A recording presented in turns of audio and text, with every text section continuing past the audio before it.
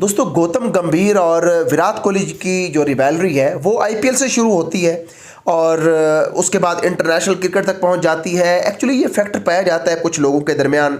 कुछ लोग किसी की कामयाबी को बर्दाश्त नहीं कर सकते या वो कम्प्लेक्स फील करते हैं कि उनको इतनी रिस्पेक्ट नहीं मिली कि जिस फील्ड के अंदर वो काम कर रहे होते हैं उस फील्ड में उनको उतनी रिस्पेक्ट नहीं दी जा रही होती, चाहे वो फैंस की तरफ से हो, मैनेजमेंट की तरफ से हो, दुनिया की तरफ से।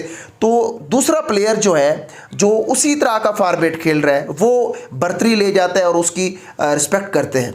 तो विराट कोहली और गौतम गंभीर के दरमियान मैं कंपैरिजन तो नहीं करना चाहता क्योंकि विराट कोहली बहुत बड़ा नाम है। अगर गौतम गंभीर की बात करें तो गौतम गंभीर तो बीजेपी का मतलब हमायती है और बीजेपी इसकी हमायती है।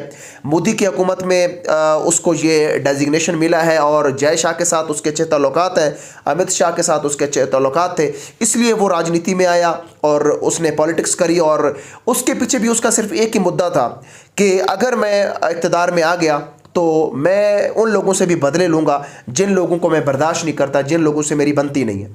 तो कुछ यही सूरत हाल विराट कोहली और गौतम गंभीर की। अब कल इंडिया और इंग्लैंड के दरमियान जो ओडीआई सीरीज़ आज पहला उसका मैच होना है और वो प्रेस कॉन्फ्रेंस हुई है। अब तक कोई भी ऐसी सोशल मीडिया के ऊपर गौतम गंभीर और विराट कोहली के दरमियान कोई सिंगल पिक भी सामने नहीं आ सकी। इट मीन्स कि इन दोनों के दरमियान कोई बात भी नहीं हुई और ये ऑफिशियल हमने जो बातें सुनी हैं वो भी यही सेम लगी है कि इन दोनों के दरमियान कोई भी बातों का तबादला ख्याल नहीं हुआ। ज़ाहिर है प्रेस कॉन्फ्रेंस होती है हर मैच से पहले, गौतम गंभीर और विराट कोहली के दरमियान ये चीज़ें होनी चाहिए थी। प्रैक्टिस सेशन के दरमियान भी कम अज़ कम इनकी एक आध ग्लिम्स आनी चाहिए थी। इनकी कोई पिक नज़र नहीं आई और ना ही इन्होंने कोई बात किया। और ये रिवैलरी इनकी आईपीएल से शुरू हुई थी।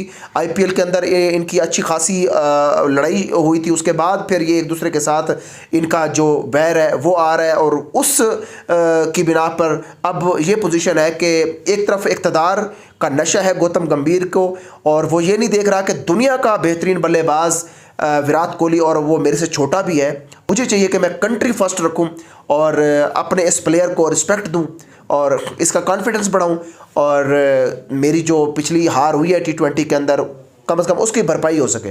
लेकिन उसने ऐसा नहीं किया। तो कल भी उसकी जो प्रेस कॉन्फ्रेंस थी उसमें किसी किस्म की कोई ग्लिम्स नज़र नहीं आई। इट मीन्स कि इन दोनों के दरमियान अभी तक जो ताल्लुकात है वो ठीक नहीं हुई है। और विराट कोहली भी ज़ाहिर है बहुत बड़ा नाम है, तो विराट कोहली भी कोई ऐरा गैरा थोड़ी है कि वो जाके इसके पीछे भागे या इसकी मतलब खुशामद करे, वो ऐसा नहीं है।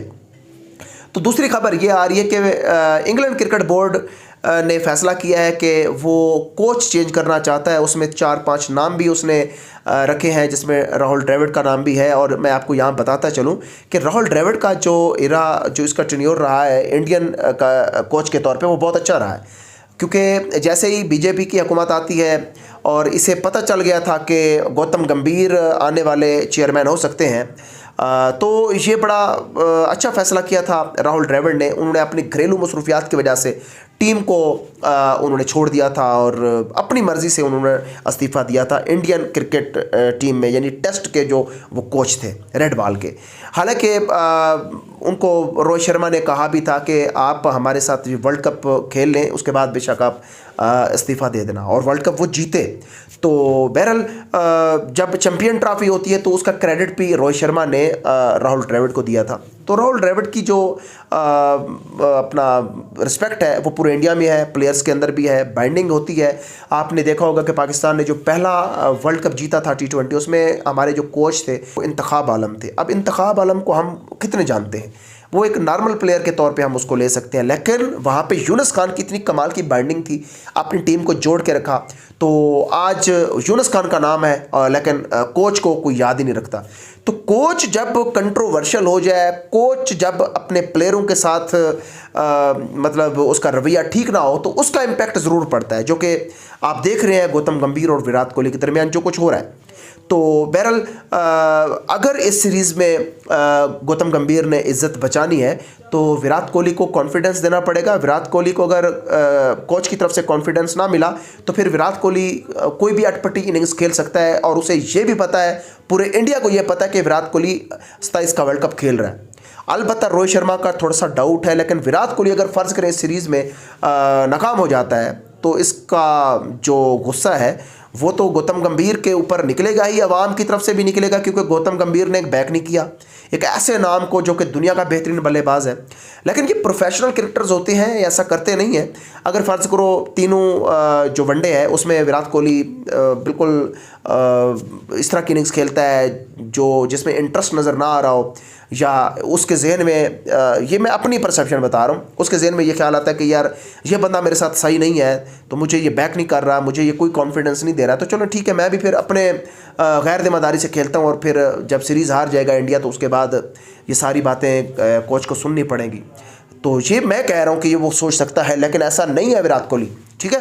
तो अब ये है कि बाइंडिंग जब तक नहीं होगी प्लेयर के दरमियान, कोचेस के दरमियान, तो कोई भी टीम आगे नहीं जा सकती। तो इंग्लैंड, क्योंकि हाल ही में अभी पिछला हफ्ता गुजरा है, इंग्लैंड अपने घर में वाइट बॉल क्रिकेट में हारा है न्यूजीलैंड के हाथों। वो न्यूजीलैंड जो धक्के खा रहा है वेस्ट इंडीज़ में जाकर ओडीआई पहला मैच हार गया है। खैर वो दूसरा मैच जीता है, सीरीज़ लेवल कर गया, लेकिन कोई सोच भी नहीं सकता था कि इंग्लैंड अपने घर में टेस्ट सीरीज़ हारेगा, वो भी न्यूजीलैंड से। तो इस चीज़ को देखते हुए उन्होंने एक स्पेसिफिक फॉर्मेट के लिए कोच चुनने का उन्होंने फैसला किया, इंग्लैंड क्रिकेट बोर्ड ने, जिसमें राहुल द्रविड़ का नाम भी आ रहा है और कुमार संगकारा का नाम भी है, और उसके बाद एंडी फ्लावर का नाम भी है। एंडी फ्लावर वो अपना कोच है जो 3 दफ़ा इंग्लैंड को सीरीज़ जितवा चुका है, और इंग्लैंड की टीम जब नंबर 1 थी टेस्ट में तो एंडी फ्लावर उस वक्त कोच थे। तो उसमें जस्टिन लैंगर का नाम भी आ रहा है, एंड्रू फ्लिंटॉफ का नाम भी आ रहा है, वो इनकी जो इंग्लैंड की जो ए टीम है उसके इस वक्त कोच भी हैं। तो बहरहाल ये सारे नाम आ रहे हैं, उसमें उन्होंने राहुल द्रविड़ का नाम भी लिया। अब यहाँ पे बात ये भी मैं आपको बताता चलूँ कि राहुल द्रविड़ से अभी तक इंग्लैंड ने नहीं पूछा, क्योंकि हो सकता है राहुल द्रविड़ मना कर दे, क्योंकि इंग्लैंड क्रिकेट बोर्ड ने एक सजेशन के तौर पे उनका नाम रखा है, जो टेलीग्राफ उनका है अपना प्लेटफॉर्म, उसके ऊपर उन्होंने शाया किया था कि हम ये कोचेस डिमांड कर रहे हैं। उसमें पाकिस्तान के जो कोच हैं माइक हैसन, इसका नाम भी बाय द वे आया हुआ है। तो बहरहाल देखते हैं कि इसकी क्या रिजल्ट निकलता है। तो स्पोर्ट्स मंच हमारे चैनल का नाम है, आपने लाजमी सब्सक्राइब करना है, बेल आइकन आपने लाजमी प्रेस करना है। अगली वीडियो में आपसे दोबारा मुलाकात होती है। खुदा हाफिज़।